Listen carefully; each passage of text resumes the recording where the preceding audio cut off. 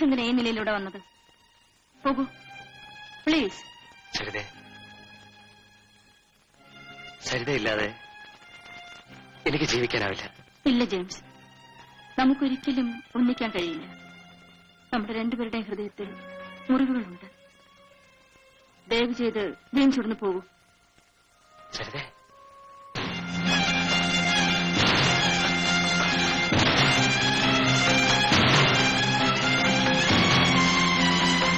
എനിക്കത് തണ്ടി.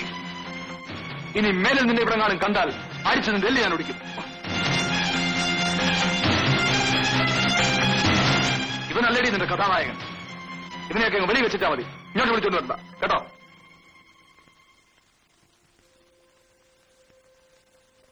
നിങ്ങളെന്താ ഒന്നും മിണ്ടാതെ നിൽക്കുന്നത്? ഇതെല്ലാം അടച്ചുപൂട്ടി എങ്ങനെയാ ചന്ദ്ര വരുന്നത്? എന്നാൽ ആ ക്രിസ്ത്യാനി ചെറുക്കനെ കയറ്റി താമസിപ്പിച്ചോ. ഞാൻ അല്പം അഭിമാനമുള്ളവനാ. നാട്ടുകാരുടെ മുഖത്ത് നോക്കാനൊക്കാത്ത വിധത്തിൽ ഒന്ന് വരുത്തി വെക്കരുത്. ഞാൻ പറയുന്നത് അനുസരിച്ചാ നിങ്ങൾക്കാ നല്ലത്. പിന്നെ ഞാനുണ്ടെന്ന് പറഞ്ഞ് അങ്ങോട്ട് വരുമെന്നും വേണ്ട. വരി, നമുക്ക് പോവാം. ഇവിടെ നിന്നും ഏത് വിധേനം രക്ഷപ്പെടുക. അല്ലെങ്കിൽ ഒരുപക്ഷെ ജെയിംസിന്റെ മുമ്പിൽ തോൽവി സമ്മതിക്കേണ്ടി വരും. അയാൾ പശ്ചാത്തപിക്കാൻ തുടങ്ങിയിരിക്കുന്നു. ചേട്ടാ,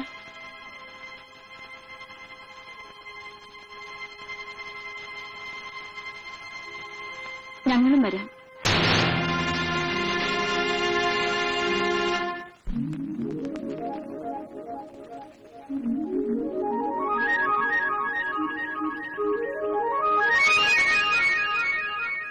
ഇവിടെ വന്നിങ്ങനെ എത്ര നാളാ ചുമ്മാതിരിക്കുന്നത്? സരിതയ്ക്ക് എന്തെങ്കിലും ഒരു വഴി ഉണ്ടാക്കണ്ടേ കുഞ്ഞെ? ശരി, ഞാൻ ശ്രമിക്കാം. അവളെവിടെ? അവിടെ കൂടെ പഠിച്ചൊരു കുട്ടി ഇവിടെ അടുത്തുണ്ട്. അവളെ കാണാനെന്നും പറഞ്ഞു പോയതാ.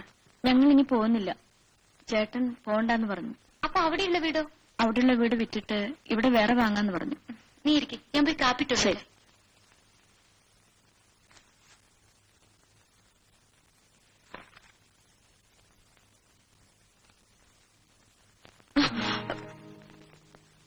തനിക്കെന്താ കണ്ണ് കണ്ടൂടെ? പെണ്ണുങ്ങളെ കണ്ട പോക്കൃത്തരം കാണിക്കുന്നു. ക്ഷമിക്കണം, ഞാൻ മനഃപൂർവ്വം ചെയ്തതല്ല. നിങ്ങളിവിടെ നിൽക്കുന്ന ഞാൻ കണ്ടില്ല. കണ്ടില്ല. കാണാതിരിക്കാൻ എന്താ കണ്ണ് പൊട്ടിപ്പോയോ? നിങ്ങൾ പറഞ്ഞതാണ് സത്യം. എന്റെ കണ്ണുകൾക്ക് കാഴ്ചയില്ല.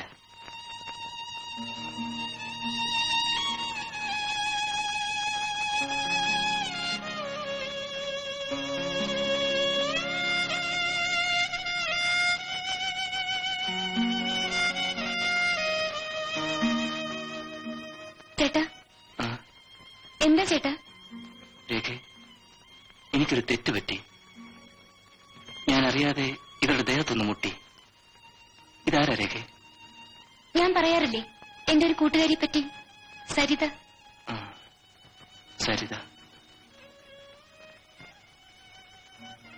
ദൈവം എന്നെ ശിക്ഷിച്ചത് ഇങ്ങനെയായിപ്പോയി. എല്ലാവർക്കും വെറുക്കാൻ വേണ്ടി. ദൈവം എന്നെ ശിക്ഷിച്ചത് ഇങ്ങനെയായിപ്പോയി. എല്ലാവർക്കും വെറുക്കാൻ വേണ്ടി. ദൈവം എന്നെ ശിക്ഷിച്ചത് ഇങ്ങനെയായിപ്പോയി. എല്ലാവർക്കും വെറുക്കാൻ വേണ്ടി. ദൈവം എന്നെ ശിക്ഷിച്ചത് ഇങ്ങനെയായിപ്പോയി. എല്ലാവർക്കും വെറുക്കാൻ വേണ്ടി.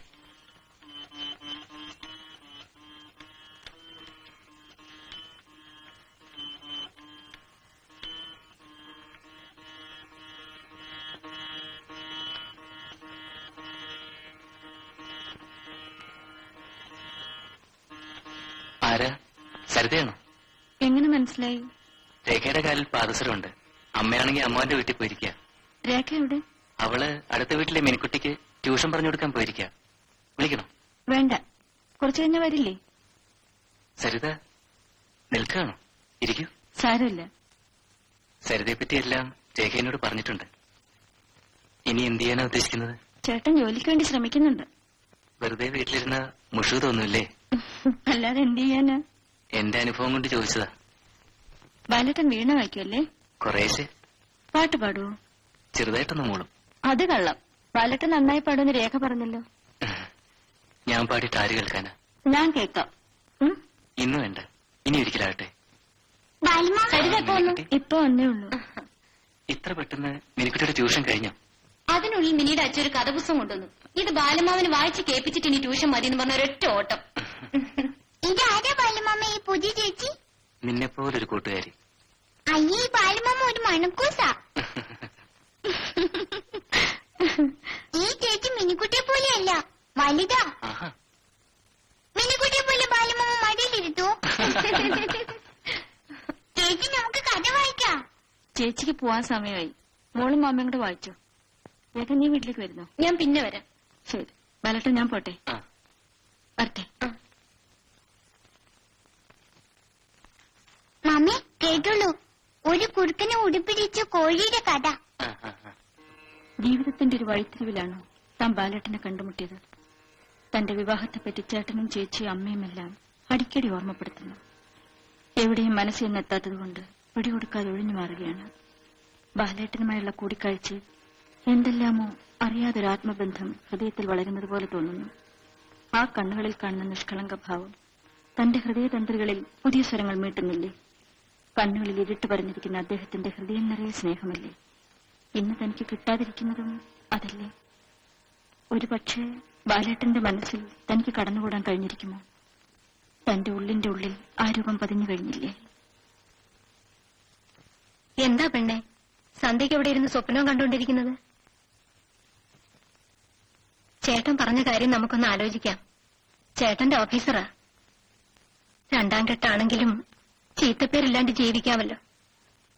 എന്നെ ബലി കൊടുക്കാൻ അമ്മയ്ക്ക് ധൃതിയായില്ലേ? മോളെ, നമുക്ക് ചോദിക്കാനും പറയാനും ആണുങ്ങളായിട്ട് ആരുമില്ല. നിന്നെ ആ ക്രിസ്ത്യാനി ചെറുക്കനെ പറ്റിയുള്ള പരദൂഷണം അറിയാത്തവരായി ആരാ ഉള്ളത്? നല്ലൊരു ബന്ധുത ഉണ്ടാകാൻ നിന്റെ ജാതകത്തിൽ പറഞ്ഞിട്ടില്ല. മനസ്സിനിഷ്ട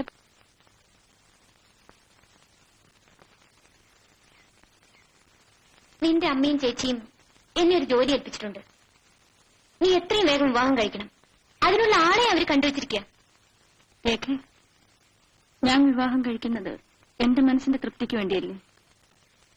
മനസ്സിനിണങ്ങാത്ത ഒരാളുമായി എനിക്ക് ജീവിക്കാൻ കഴിയുമോ? അത് ശരി. നിനക്കാണെങ്കിൽ ആണുങ്ങളെന്ന് വെച്ച ചതുർത്ഥ്യ, പിന്നെങ്ങനെ നിന്റെ മനസ്സിനിണങ്ങുന്ന ആളെ കണ്ടുപിടിക്കുന്നത്? എന്റെ മനസ്സിൽ ഞാൻ സങ്കല്പിച്ചിരുന്നൊരു പുരുഷൻ എത്തിക്കഴിഞ്ഞു. അമ്പടി കള്ളി, എന്നിട്ടാണ് മിണ്ടാപ്പൂച്ചിയെ പോലെ ഇരുന്നത്. ഞാൻ ഈ വിവരം നിന്റെ വീട്ടിൽ പറയട്ടെ. ആരടിയ സങ്കല്പ പുരുഷൻ? ബാലേട്ടൻ. വേണ്ട, നിന്റെ ചേട്ടനെ ജീവനോടെ കാണാൻ നിനക്ക് ആഗ്രഹമില്ലേ? ചേട്ടാ, ഞാൻ ആരാണെന്നുള്ളത് അവൾ മറന്നാലും ഞാൻ മറന്നുകൂടാ. ചേട്ടാ, സരിത ആലോചിക്കാതെ ഒരു തീരുമാനം എടുക്കാറില്ല. വേണ്ട രേഖ, ആവശ്യമില്ലാതെ അപകടങ്ങൾ ക്ഷണിച്ചു വരുത്തരുത്. മേലാൽ സരിത ഇവിടെ വരരുതെന്ന് പറഞ്ഞേക്കൂ. രേഖ, നീ എന്തിനാ ഇങ്ങോട്ട് വന്നത്? ഇനി വരരുത്. എന്റെ ചേട്ടനത് ഇഷ്ടമല്ല. രേഖ, നീ ഇവിടെ വരുന്നതിൽ എനിക്കും താല്പര്യമില്ല. ഇന്നോളം വേദന എന്തെന്നറിയാതെ വളർന്ന എന്റെ ചേട്ടന് നീ മൂലം അതുണ്ടാകരുത്. ചേട്ടന്റെ കണ്ണു നിറയാൻ ഞാൻ ഒരിക്കലും സമ്മതിക്കില്ല. എന്റെ കുഞ്ഞെ, നിന്നോടുള്ള സ്നേഹം കൊണ്ട് പറയുന്നതാണ്. കല്യാണം കഴിച്ചുള്ളൊരു സുഖജീവിതം അവനില്ലെങ്കിലും എന്റെ മോനെ എനിക്ക് എന്നും കണ്ടുകൊണ്ടിരിക്കണം. അമ്മേ, ഞാൻ ബാലേട്ടനെ വേദനിപ്പിക്കുമെന്ന് അമ്മയ്ക്ക് തോന്നുന്നുണ്ടോ? ബാലേട്ടന്റെ കണ്ണുകളിൽ മാത്രമേ ഇരുട്ടുള്ളൂ. മനസ്സ് വെളുത്തതാണ്. അല്പം വെളിച്ചം എനിക്കാണ് വേണ്ടത്. അത് ഞാൻ ബാലേട്ടനിൽ നിന്ന് പ്രതീക്ഷിക്കുന്നു. ഞങ്ങൾക്ക് പറയാനുള്ളത് പറഞ്ഞു. ഇനി അവന്റെ ശവം കൂടി കണ്ടേ അടങ്ങുമെന്നുണ്ടെങ്കിൽ നിന്റെ ഇഷ്ടം പോലെ ചെയ്തു.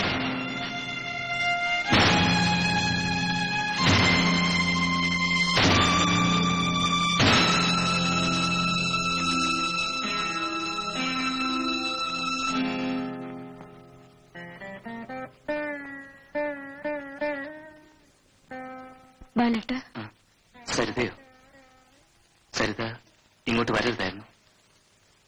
വിവരങ്ങൾ രേഖ പറഞ്ഞില്ലേ? ബാലേട്ടൻ പറയുന്നത് കേൾക്കാൻ വേണ്ടിയാണ് ഞാൻ ഇങ്ങോട്ട് വന്നത്. എന്നോട് ഇത്ര വെറുപ്പാണോ? സ്നേഹമുള്ളതുകൊണ്ടാണ് സരിത എന്നിൽ നിന്ന് അകറ്റുന്നത്. ബാലേട്ടൻ എന്നെ വിശ്വാസമില്ലേ? വിശ്വാസം